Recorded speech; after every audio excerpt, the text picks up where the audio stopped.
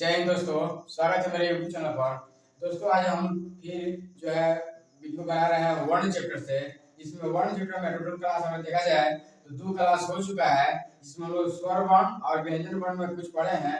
आज हम लोग का तीसरा क्लास है, यानी कि हम लोग एपिसोड 3 आज शुरू कर रहे हैं। इसमें वर्ण चैप्टर से हम तीसरा जो क्लास आज अटेंड करेंगे, जिसमें दोस्तों हम लोग का जो टॉपिक होगा वो होगा कंकाल के आधार पर जो वर्ण होते हैं वो कितने प्रकार के होते हैं और कौन कौन होते हैं, और उनके आधार पर वर्ण को जो 46 जो वर्ण है उनको कितने किसको किस प्रकार में रखा गया ये समझेंगे।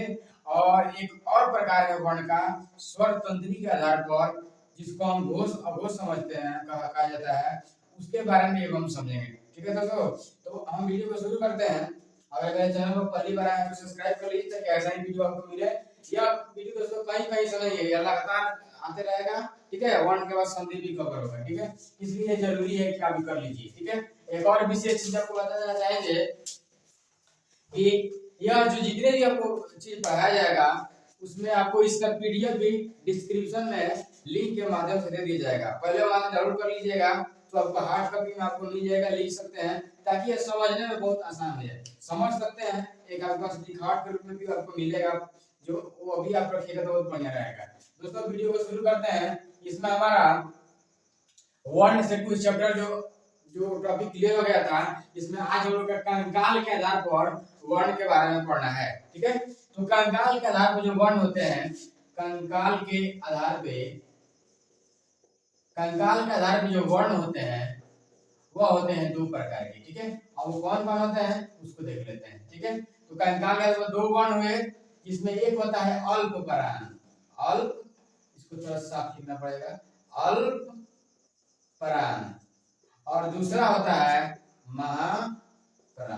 ठीक है, इसको थोड़ा समझेंगे ध्यान से। ठीक है, देखिए जो अल्प प्राण होता है, देखिए अल्प माने इसका मतलब होता है कम, और प्राण मतलब वायु, जिसमें कम से कम समय लगे बोलने में और उसमें वायु की मात्रा क्या हो, कम हो। ठीक है, तो समान मात्रा और कम वायु होता है तो उसे हम कहते हैं अल्प प्राण, यानी कि वैसा वर्ण जिसके उच्चारण में सामान्य गति हो और जो वायु हो, मुख से जो वायु निकले वो कम हो, तब उसे हम क्या कहेंगे, उसे अल्प प्राण कहते हैं। इसके अंतर्गत जो होता है वह 31 वर्ण आते हैं। ठीक है, और वह 31 वर्ण क्या क्या है हम आपको अभी काउंट कराएंगे उंगली पर। ठीक है, तो इसके अंतर्गत पहले सभी स्वर वर्ण आते हैं। ठीक है, तो स्वर वर्ण की बात करें तो यह हो जाता है 11। ठीक है, उसके बाद बचा 20, उसका भी देख लेते हैं। ठीक है,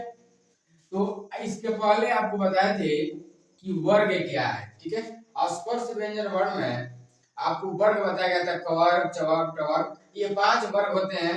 प्रत्येक वर्ग में 5 जो है वर्ण होता है। ठीक है, इसमें अगर कवर्ग की बात करें तो क, ख, ग, घ, अंग, ऐसा, चवर्ग में भी 5, ये तो आप जानते हैं। ठीक है, तो सभी वर्ग का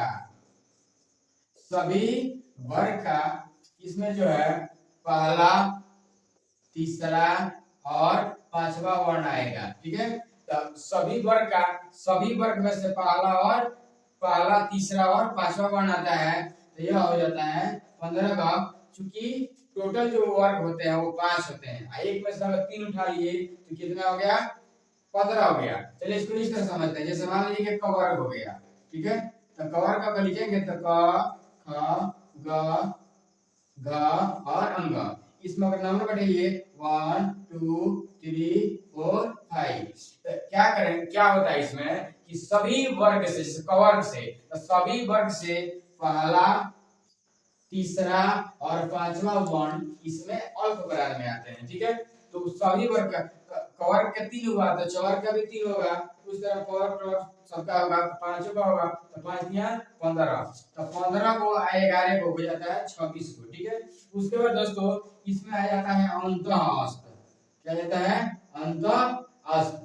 अंतःहस्त अल्प प्राण में ही आते हैं, और अंतःहस्त में 4 वर्ण होते हैं, य, र, ल और व। ये 4 वर्ण जो है ये अंतःहस्त में आते हैं, और अंतःहस्त अल्प प्राण में आता है। ठीक है, तो इस तरह हमारा जो हो गया 11 15 26, अच्छा 26 4 30। आइए को दोस्तों अनुस्वार आता है, अनुस्वार ऐसा आप देखते होंगे, अनुस्वार ऐसा रहता है, जैसे कप्रमांश से क लिखना है, इस तरह जैसे कौन से लिखना है, अनुस्वार देंगे तो क तब ना कौन से लिखाएगा। तो इस हिसाब से इसमें जो हो गए अल्प प्राण के टोटल 31 वर्ण हो गए। एक बार इसको देखते हैं, ठीक है। अल्प प्राण जो होता है उसमें कम से कम समय लगता है उसके उच्चारण में, और वायु की मात्रा क्या होती है, कम और सामान्य होता है, ठीक है। इसमें टोटल 31 वर्ण आते हैं। इसमें पहले स्वर वर्ण आता है टोटल, तो स्वर वर्ण होते हैं 11 को। उसके बाद सभी वर्ग का पहला तीसरा और पांचवा वर्ण आता है, तो सभी वर्ग से और पहला तीसरा पांचवा उठा लेंगे तो वह हो जाएगा 15। और उसके बाद अंत से 4 होता है, ये 4 ये वाला हुआ है, ये 4 आते हैं। तो इस तरह 26 और 4 30 और एक अनुस्वार आता है जो हो जाता है 31। आगे दोस्तों हम लोग महाप्राण के बारे में चर्चा करेंगे। तो महाप्राण में ठीक इसके उल्टा हो जाएगा। महाप्राण में जो होता है वो ध्वनि वायु की जो मात्रा होती है वो कम होती है, ध्वनि स्पष्ट दिखाई देता है कि हाँ यहाँ से ध्वनि निकल रही है, और वायु की मात्रा जो होती है वो पर्याप्त होती है, ठीक है। पर्याप्त मात्रा होने के कारण जैसे मुंह से बोलते हैं, मुंह से जब बोला जाता है तो वायु की मात्रा कभी कम आएगी या कभी ज्यादा आएगी। आप जो वर्ण है उसको मिला सकते हैं, ठीक है। जैसे हमको क बोलना है आराम से बोल सकते हैं, ठीक है, लेकिन ख बोलना है तो ज्यादा ध्वनि चाहिए, ज्यादा साउंड चाहिए। तो उस हिसाब से अगर देखा जाए तो महाप्राण जो है उसमें वायु की मात्रा क्या होती है, पर्याप्त होती है, ठीक है, और उसमें से स्पष्ट ध्वनि निकलता है। जब वायु ज्यादा होगी तो स्पष्ट ध्वनि निकलेगा, ठीक है। इसमें दोस्तों जो है कुल जो है 15 वर्ण आते हैं, ठीक है। इसमें कितने वर्ण आते हैं, तो 15 वर्ण आते हैं। इसको भी हम आपको जो काउंट कर देते हैं। तो सभी वर्ग का पहला तीसरा पांचवा, तो उसमें अल्प प्राण में चला गया था, इसमें आ गया था अल्प प्राण में, ठीक है। तो जो बचा पहला तीसरा और पांचवा इसमें गया था, इसमें बचा कौन, तो दूसरा और चौथा। तो इसमें आ जाता है दूसरा वर्ण और चौथा वर्ण, तो यह हो जाता है 10। और 5 की काउंटिंग करना है। उसमें व्यंजन इसमें आता है, उसमें व्यंजन जो दोस्तों होते हैं वो 4 होते हैं। तीनों स ले लिया जाता है इसमें और एक ह ले लिया जाता है, ठीक है। ये हो जाता है 4, तो 10 4 14। इसमें आ जाता है विसर्ग, अनुस्वार उसमें, इसमें विसर्ग, ये चिन्ह आपका आ जाता है। तो इस तरह यह हो जाता है मिलाकर, इसमें विसर्ग आ जाता है, ठीक है। अब टोटल काउंट करेंगे तो सभी वर्ग का दूसरा और चौथा इसमें वर्ण आते हैं। तो यह हो गया, क्योंकि एक वर्ग का दूसरा और चौथा होगा तो एक वर्ग से 2 वर्ण आते हैं, ठीक है। उदाहरण के तौर पर अगर चवर्ग से हम ले लें, ठीक है, तो चवर्ग में च छ ज झ और य। तो कह रहा है कि महाप्राण में दूसरा और चौथा वर्ण आते हैं, तो दूसरा ये हो गया और चौथा ये हो गया, ठीक है। तो उससे अगर देखा जाए तो 6 और झ आ गया, टोटल में से लेंगे तो 10 वर्ण हो जाएंगे। उसमें व्यंजन 4 होता है, तो 2 4 14, और विसर्ग जो होते हैं वो 1 होते हैं, तो हो जाएगा टोटल 15। इस हिसाब से हमारा जो हो गया वो टोटल वर्ण हो गए। आगे दोस्तों जो है अभी हम देखे हैं कंकाल के आधार पे, अब हम देखेंगे स्वर तंत्री के आधार पर कितने वर्ण होते हैं, वर्ण के प्रकार, ठीक है। इसमें दोस्तों स्वर तंत्री के आधार पर जो वर्ण होते हैं वो 2 प्रकार के होते हैं, जिसमें पहला का नाम है घोष और दूसरा का नाम क्या है, अघोष, ठीक है। अब इसमें अगर देखते हैं अगर हम है, ठीक है, तो अघोष जिस तरह अल्प प्राण और महाप्राण में वर्णों की जो काउंटिंग है और कौन से वर्ण कहाँ आते हैं इसमें जाएंगे, इस हिसाब से इसमें भी जो है हम आपको बताएंगे कि पहले घोष है क्या, ठीक है, और अघोष क्या है, ठीक है। पहले इसको समझ लेते हैं, ठीक है दोस्तों। अघोष जो है इसमें स्वर तंत्री आपस में मिल जाती है, स्वर तंत्री आपस में मिलती है, ठीक है। और स्वर तंत्री आपस में मिलने से जो वायु जो निकलता है, बोलने से जो हवा बाहर निकल रहा है, श्वास की हवा, वह धक्का मारकर बाहर आता है, तो यह धक्का देकर बाहर आता है। तो ऐसे वर्ण जो है इसके उच्चारण में ऐसे वर्ण ये घोष में आते हैं, ठीक है। ऐसे वर्ण किसमें आते हैं, घोष में आते हैं, ठीक है।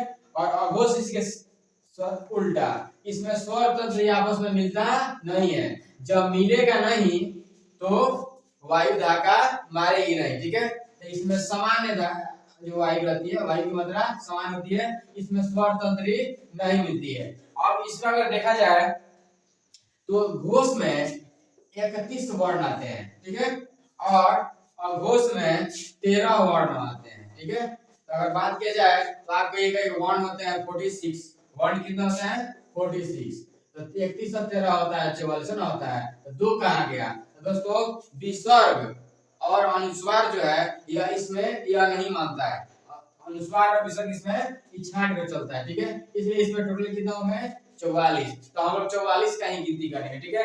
इसमें 31 आ जाता है घोष में, अब वो कौन कराता है इसका हम लोग ध्यान दे देते हैं, ठीक है।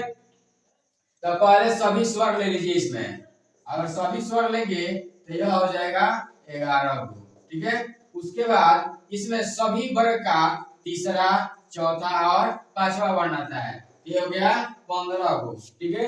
उसके बाद दोस्तों अगर बात करेंगे तो इसमें आ जाता है अंतःहस्त, क्या जाता है अंतःहस्त, तो यह होता है 4 गो, य र ल व, और उसके बाद एक इसमें ह आ जाता है, एक ही हो, इसमें काउंट करने की जरूरत नहीं है, तो 11 और 15, 11 15 आपका हो जाएगा कितना 11 15 26 होता है, और 26 से 4 30, 30 से 31, तो टोटल इसमें कितना हो गया घोष में 31 वर्ण। इसमें खासियत इसका क्या है, तो इसके ऐसे वर्ण जो है इसके उच्चारण में स्वर तंत्री जो होती है वो आपस